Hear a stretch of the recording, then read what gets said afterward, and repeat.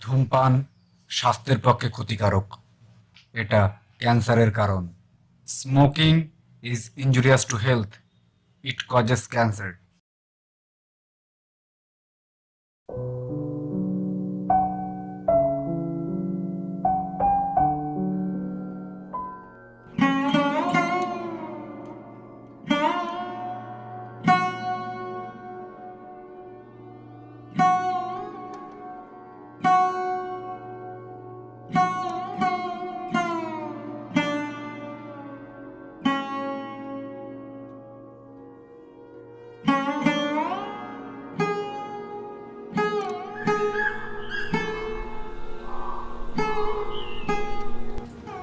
আমি বলি কি বাবা, তোকে আর এখন বাইরে যাওয়ার দরকার নেই।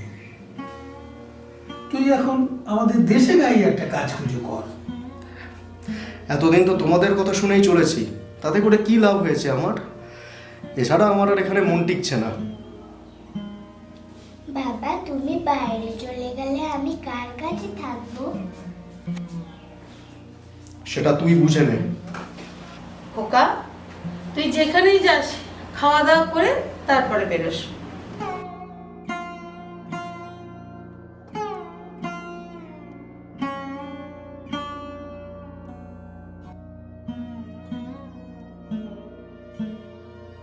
তোমায় বলি কি, এক্ষুনি ছেলেটাকে কাজ কাজ করে কিছু বলো না।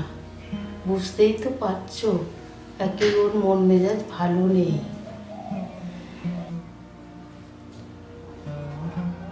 আমারও পুঁজিপাটি প্রায় শেষের দিকে। এইভাবে আর কদিন চলবে? কোম্পানির ম্যানেজার বলছিল সব বয়স্ক লোকেদের নাকি কাজ থেকে ছাঁটাই করে দেবে। এই বয়সে কাজ চলে গেলে কি করে সংসার চালাবো? দাদু, কারোর মা চলে গেলে বুঝি তারা গরিব হয়ে যায়, যেরকম আমরা হয়ে যাচ্ছি? না রে মা, তোকে এই বাজে কথা কে বলেছে? সুইটি, আমার বান্ধবী, স্কুলের দিদিমণি সুইটিকে বলছিল এই জগতে যার মা নেই তার কেউ নেই, তাই তো ওরা গরিব।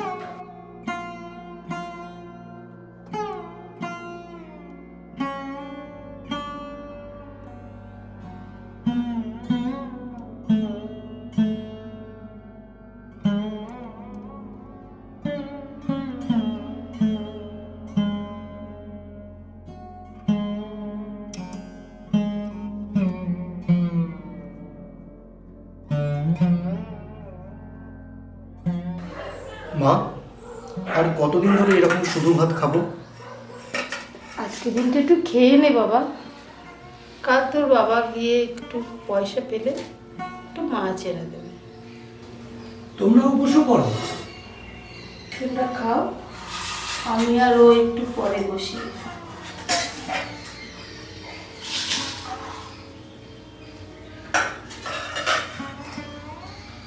আমাদের কোম্পানিতে ইয়াং ছেলেদের কাজে নিচ্ছে। তুই কি করবি? তাহলে ম্যানেজারের সঙ্গে আমি কথা বলবো। তোমাদের কোম্পানিতে আমি কাজ করব না, বুঝেছো? আমি কাজ করব না। কে বলেছিল ওই মেয়েটার সাথে আমার বিয়ে দিতে? আর শোনো, এই বোঝাটাকে আমার মাথা থেকে নামাও। বোঝা? তুই কাকে বোঝা বলছিস? ও যে তোর রক্ত। স্বীকার করি না আমি, ও আমার রক্ত। আহ, চুপ করো তো। খাবার সময় যত কথা তোমাদের। আর খোকা, তোকেও বলি, এত মাথা গরম করবি না। ভাগ্যে যার যা আছে সেটা হবে। চুপ করো, চুপ করো, চুপ করো। চুপ করবো কেন? এইটুকু অন্ন জোগাড় করতেও অনেক কষ্ট করতে হয়। এই কষ্টের জন্য তোমরা দুজনেই সমানভাবে দায়ী। আমি তো ভালোই ছিলাম, আমি তো ভালোই কাজ করছিলাম। কেন শুধু শুধু ওই মেয়েটার সাথে আমার বিয়ে দিলে?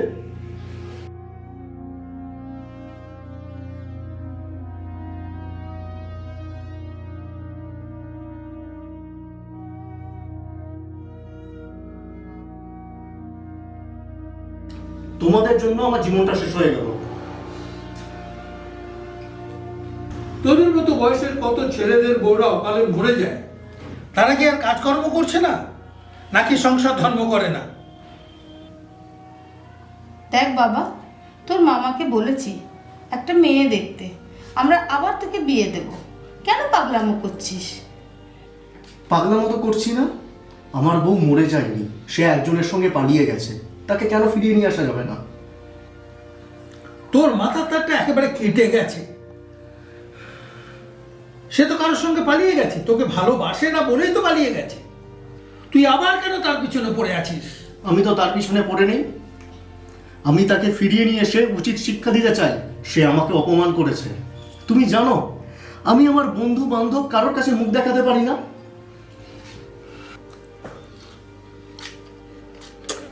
জানো, সবাই আমাকে কথা বলে, সবাই বলে আমি নাকি পুরুষ মানুষ নই, কাপুরুষ। ওকে ফিরিয়ে নিয়ে এসে আমি বুঝিয়ে দিতে চাই পুরুষ মানুষ কাকে বলে। কাকে পুরুষ মানুষ বোঝাতে চাইছিস তুই? যার মধ্যে এতটুকু ছিটে ফোটা মায়া দয়া নেই তাকে? তোর কথা তো ছেড়েই দিলাম। যদি মায়া দয়া থাকতো তাহলে নিজের পেটের মেয়েটাকে এভাবে ফেলে চলে যেতে পারতো না সে। ঠাম্মা, ও ঠাম্মা, আমাকে নয় অনাথ আশ্রমে দিয়ে আসো, তাহলে বাবা আর দাদুর মধ্যে আর ঝগড়া হবে না। দেখ দেখ ওই মেয়েটার মাথায় কি ঢুকছে, ও কি শিক্ষা পাবে? ও যেমন মা তার ঠিক তেমন মেয়ে, এর জন্য দায়ী হচ্ছে তোমরাই। আমি কি করেছে খাবারের?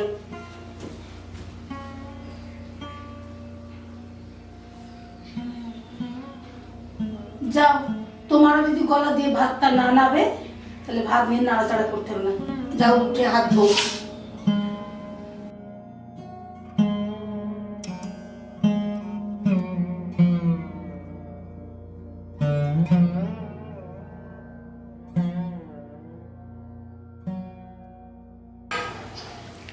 ঠাম্মা, আমি তুমি খাবো না? আয়, তুই আমার কাছে আয়, আমি তোকে খাইয়ে দিচ্ছি। আয়, বস।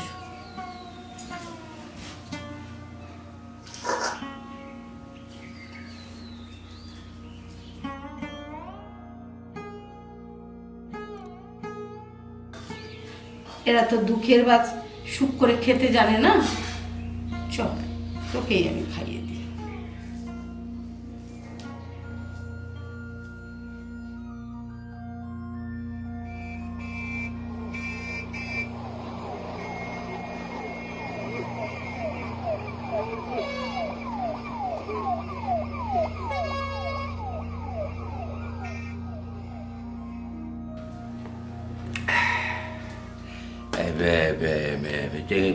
যে যে কথাটা বলছিল, দেখ মেয়ে তো আর রাস্তাঘাটে পাওয়া যায় না, খোঁজ খবর নিতে হবে সে কীরকম মেয়ে, দেখা শুনোর ব্যাপার আছে।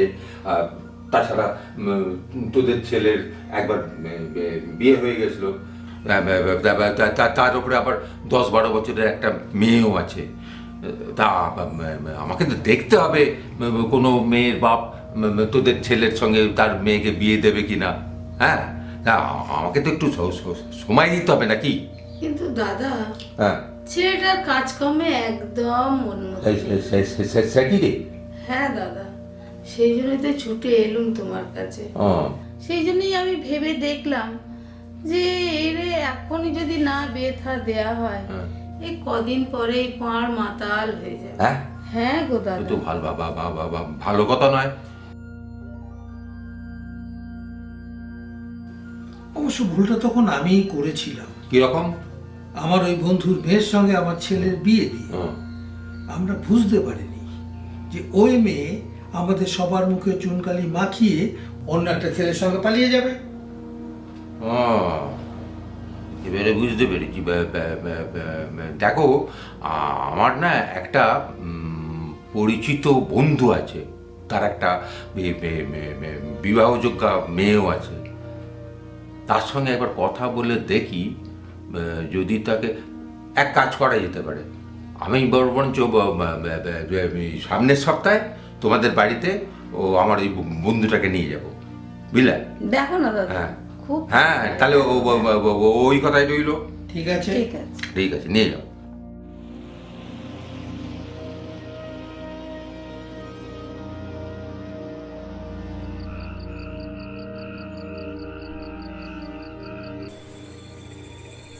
মা, আমি সামনের সপ্তাহে বাইরে যাচ্ছি একটা কাজের জন্য। আমার একটা বন্ধুর সঙ্গে কথা হয়ে গেছে। তুই হুট করে একটা সিদ্ধান্ত নিয়ে নিলি যে কাউকে কিছু না বলে। এদিকে আমি তোর মামাকে কথা দিয়েছি সামনের সপ্তাহে মেয়ের বাড়ির লোকজন নিয়ে আসবে তোকে দেখতে। দোষ বেড়ে ছেলের আবার দেখাশোনা। এই, তুই সবসময় টিন বাজিয়ে কথা বলিস কারণে? আমাদের কথা তো ছেড়েই দাও। তুমি চলে গেলে এই মেয়েটার কি হবে? তুমি এখানেই থাকবে, আমরা একটা মেয়ে দেখে তোমাকে বিয়ে দিচ্ছি, তুমি এখানেই কাজকর্ম করো, সংসার ধর্ম করো। তোমার কথা তুমি বলেছো, কিন্তু আমার কর্তব্য আমি করবই। তোমাদের কথা শুনে যদি আমি বিয়েও করি, এই বাড়িতে যে নতুন আসবে, আমি কে মেনে নিল সে কিন্তু একে মেনে নেবে না। তা মেয়ের প্রতি কি কর্তব্য করবি শুনি? সময় হলে ঠিক জানতে পারবে।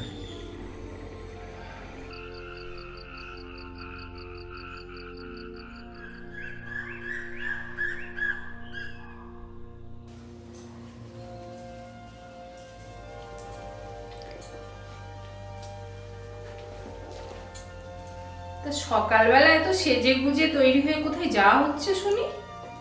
নিশ্চয়ই ওই হতচ্ছাড়ি বোনের বাড়ি। দেখ, মেলা ফ্যাচ ফ্যাচ করো না তো। জানো ও দুঃসম্পর্ক হলো আমার বোন, এখন মুশকিলে পড়ে গেছে, তাই তো আমার কাছে এসেছে। ওকে আমার সঙ্গে কি বলে গল্প করতে আসে? হ্যাঁ, চুপ করে থাকবে। তুমি জানো বিয়ের আগে ও আমাকে রাখি পড়াতো, তারপর ভাই ফোটায় ফোটা দিত আবার কপালে। হ্যাঁ, কত মিষ্টি মিষ্টি খাওয়াতো, জামার পিস দিত, প্যান্টের পিস দিত, যদিও পুরনো সস্তা চাল দিত তো। হ্যাঁ, সে রাখি পড়া আর ফোটাই দিক, একদিন দেখবে তোমার ওই দূর সম্পর্কের বোনই না তোমাকে ঝুলে পড়ার জন্য দড়ি দেবে, তখন বুঝবে। এই তোমাকে ওর ব্যাপারে বেশি ভাবনা চিন্তা করতে হবে না, বুঝলে?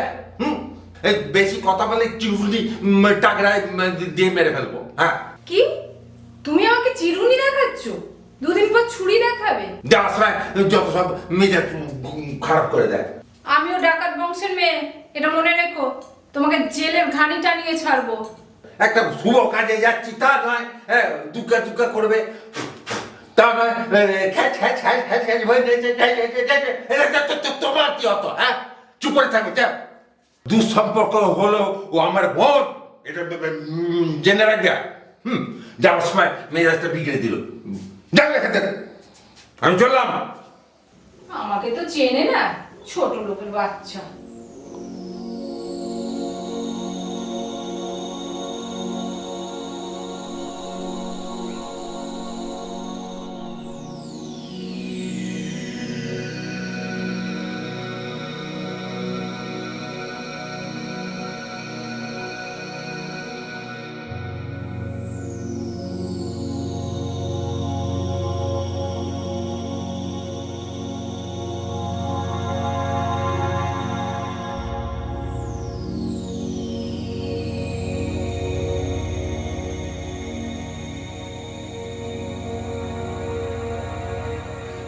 শুভ কাজে যাচ্ছি, মেজাজটাকে বিগড়ে দিল।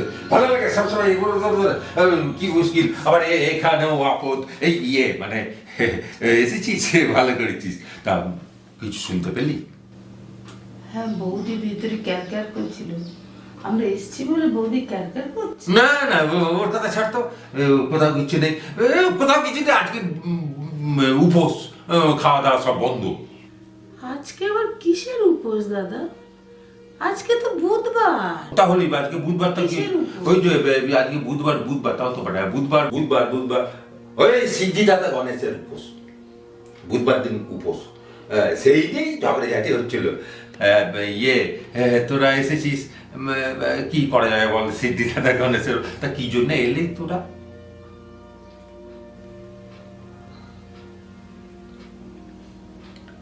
দাদা, আমার চাকরিটা চলে গেছে। কোম্পানিও আমাকে বয়স হয়েছে বলে চাকরি থেকে বাদ দিয়েছে। তাই এসেছিলুম, হ্যাঁ বলো না, বলো। যদি কিছু পয়সা করে দিয়ে আমাদের সাহায্য করেন। সংসারে খুব টানাটানি চলছে। পয়সা কেন? তুমি তো একটা বড় সওদাগরি অফিসের কাছে কাজ করতে, পেনশন টেনশন তো ভালোই পেতে। পেনশন পেনশন তো কোম্পানি তাদেরকে যায় তাদের মাইনে থেকে টাকা কেটে রেখেছে। আমি তো সংসারের অভাবে তাড়নায় পুরো মাইনেটাই তুলে নিত। তখন কি আর বুঝতে পেরেছি যে এই টাকাটা থাকলে আজ অভাবের দিনে আমার কত সাশ্রয় হতো। তা আমারও তো কিছুই নেই, বুঝতেই তো পারছিস। এই ভিটেটুকু, এই ঘরটে, আর একটু দালান, আর বাপের তো জানিস তো ওই 125 বিঘে শুকনো খটখটে জমি রেখে গেছে। হ্যাঁ, তোমরা এলে যদি কাল পরশু নাগাদ আসতে খুব ভালো করতে। হ্যাঁ, কি কি আপদ বলো দেখিনি। মানে এই পরশু দিন না তরশু দিনে 160 কেজি চারা মাছ পুকুরে ছাড়তে হলো আমাকে, এই বড় পুকুরটায়। হ্যাঁ, তাকে আবার খাইয়ে দাইয়ে বড় করতে হবে, তারপরে বাজারে গিয়ে তাদেরকে বেচতে হবে, তারপরে তো কিছু টাকা পাবো। হ্যাঁ, তুমি এক কাজ করো বুঝলে, দিন 15-20 বাদে এসো, জোগাড় যন্ত্র করে 25টা টাকা দিয়ে দেবো, ঠিক আছে? তাহলে এক কাজ করা যাক, আজকে তুই উপোস, বলতেও খারাপ লাগছে, তোরা মঞ্চ বাজারে গিয়ে একটু চা বিস্কুট খেয়ে নিবি। চল চল চল। তাহলে ওই কথা রইল, ঠিক আছে? আমি আবার একটু বাইরে যাব, কাজ আছে। চল চল, বেলা থাকতে থাকতে বেরিয়ে পড়। আয় আয় আয় আয়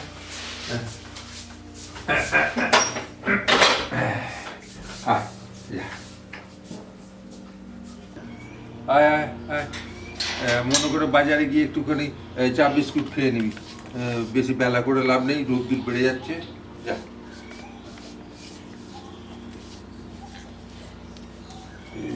যদিও আজকে উপোস, তো একটু আলু সেদ্ধ ভাত খেয়ে গেলে। এই যে চটি ফটো, চটি ফটো যাবে, চটি ফটো।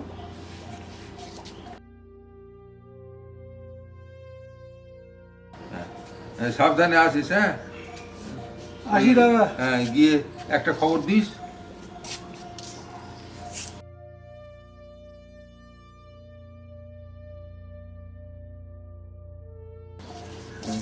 আমার দরকার হলে আসিস, সাবধানে যাবি।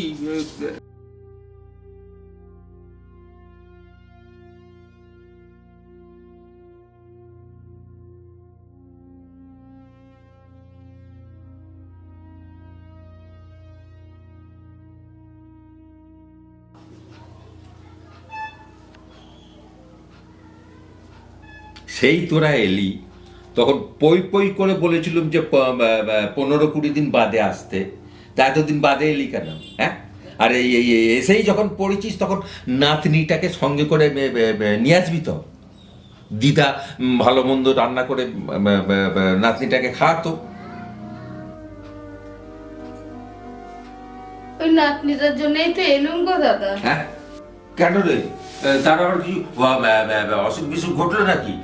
এমনিতেই এখন আমার হাত টানাটানি চলছে। সেসব কিছু নয় গো দাদা। ও, তাহলে?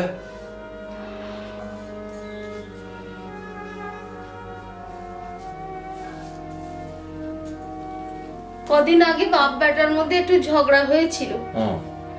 তা কথার মধ্যে আমি বলেছিলাম তোর মেয়ের ব্যবস্থাটা কে করবে। তখন সে বলল যে আমার মেয়ের ব্যবস্থা আমি করব। ভালো তো। তারপর সন্ধ্যেবেলা সে মেয়েটাকে নিয়ে বেরিয়ে গেল। পরের দিন ফিরে এলো সে একলা ভোরবেলা। আমি অনেকবার জিজ্ঞেস করলাম, হ্যাঁ রে, নাতনিটা কোথায়? মেয়েটাকে কোথায় রেখে এলি? কোনো উত্তর দিল না দাদা। নিজের ঘরে ঢুকে গিয়ে ব্যাগ ট্যাগ গুছিয়ে নিয়ে বাবা, তাহলে তুই আর কারো কথা শুনবি না? আমি তো আর সারা জীবনের জন্য যাচ্ছি না। এছাড়া সংসার চালাতে গেলে তো টাকা পয়সারও প্রয়োজন আছে। আমাদের তো বয়সও হচ্ছে, কিছু একটা হয়ে গেলে কে দেখবে? পাড়ার লোকজন আছে, তারাই দেখে নেবে।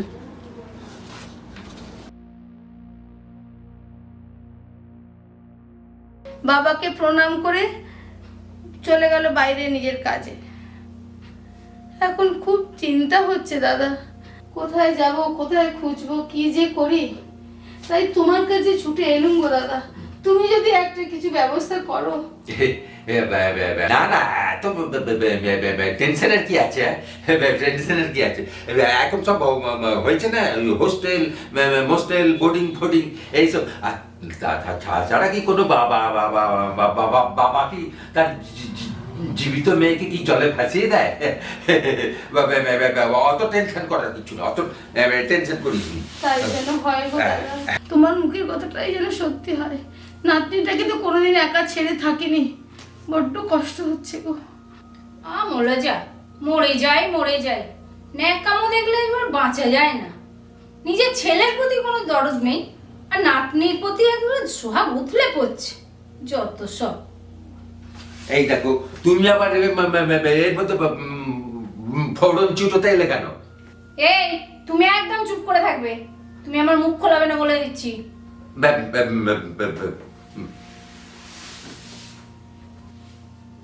তা তোমরা আবার খাওয়া দাওয়া করবে নাকি? না গো বৌদি, আমরা এখন কিছু খাবো না, আমরা চলে যাব। সেই ভালো, আমার গতরটা একটু কম খইবে।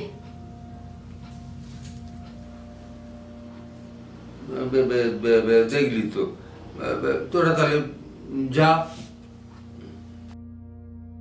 বিপদে পড়লে সম্পর্ক না থাকলেও মানুষ ভগবান রূপে পাশে এসে দাঁড়ায়।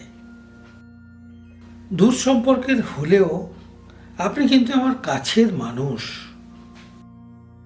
বিপদে পড়ে বহুবার আপনার কাছে এসেছি, কোনো উপকার আপনার কাছ থেকে পাইনি। আপনার বাড়িতে বসে আমি কথা দিচ্ছি, যত বড় বিপদেই পড়ি না কেন, আপনার বাড়িতে আর আমি পা রাখবো না।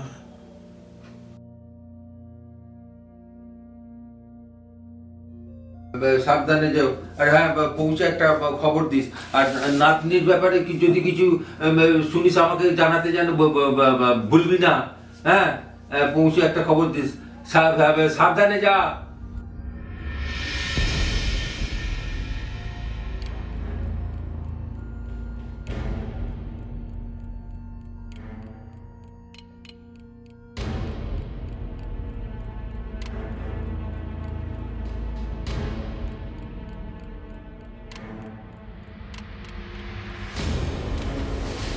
শোনো, ওরা কিছু টের পায়নি তো মেয়েটাকে যদি তুমি সরিয়ে দিয়েছো? না না,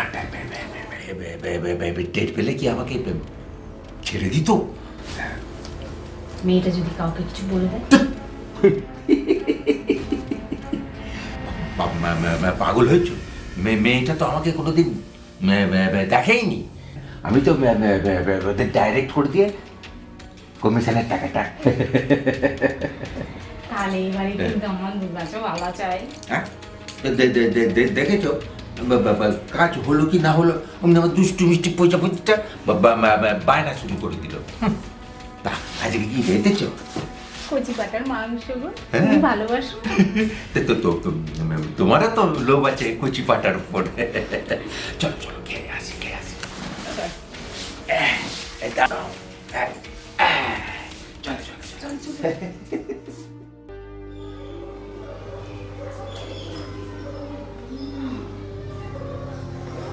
আচ্ছা মা, তোমার এই নতুন জামাটা পরে কেমন লাগছে? তুমি যে কথা বলতে পারো না সেটা তো নয়।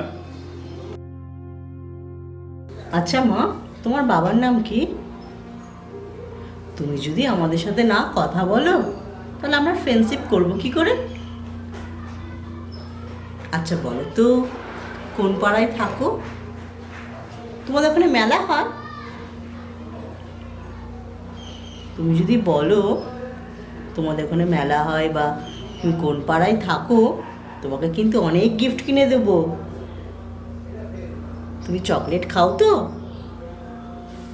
নিশ্চয়ই খাও তুমি। এ দেখো, ওকে একটা চকলেট কিনে দিও কিন্তু। চকলেট তো আমি কিনে দেবো ওকে, আগে তো বলুক ওর নাম কি, ওর পরিচয় কি। কার পরিচয় দেব? আমার বাবার।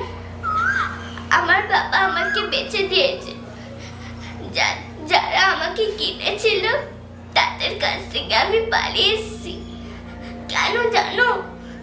তারা আমাকে দিয়ে ভিক্ষে করাচ্ছিল।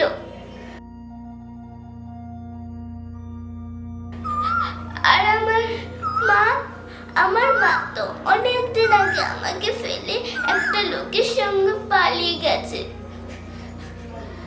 জানেন আঙ্কেল, আমার ঠাকুমা ঠাকুর দাদা খুব ভালো ছিল। আমার ঠাকুমা আমাকে খাই দিত। আমার ঠাকুমা একদিন খেত, আরেকদিন খেত না, আর সব খাবার আমাকে খাই দিত। আমার ঠাকুমা ঠাকুর দাদাকে দেখতে খুব ইচ্ছা করে। কতদিন তাদেরকে দেখিনি। আচ্ছা বেশ, তো আমি তোমার ঠাকুর দাদা ঠাকুমার কাছে নিয়ে যাব। তার আগে তুমি একটু বলো তো, তোমার ঠাকুর দাদা ঠাকুমার নাম কি, কোথায় থাকে? তাহলে তো আমি তোমাকে ওদের সঙ্গে দেখা করতে নিয়ে যেতে পারবো। আমায় বলবে তো? না, আমি যাব না। আমার যত ইচ্ছা হোক ঠাকুমা ঠাকুর দাদাকে দেখার, তাও আমি যাব না। আমার বাবা বলেছে আমি বাড়ি ফিরে গেলে আমার ঠাকুমা ঠাকুর দাদাকে খুব মারবে বাবা। আচ্ছা বেশ, তোমাকে ও বাড়িতে যেতে হবে না। তুমি তোমার দাদু আর ঠাম্মার নামটা বলো, আমরা গিয়ে নিয়ে আসি, তাহলে তোমার ইচ্ছাটা পূরণ হবে। আমার খুব ইচ্ছা করে আঙ্কেল ওদেরকে কাছে ফিরে পেতে, কিন্তু আমি তাও চাই না ওদের কাছে ফিরে পেতে। স্কুলের দিদিমণি বলেছে এই জগতে যার মা নেই তার কেউ নেই, তাই আমি বাড়ি যাব না। আমি চাই আমার কষ্টের কথা সবাই জানুক। যদি সবাই জানে তাহলে আর কারো মা পালাবে না, তাই আমি বাড়ি যেতে চাই না।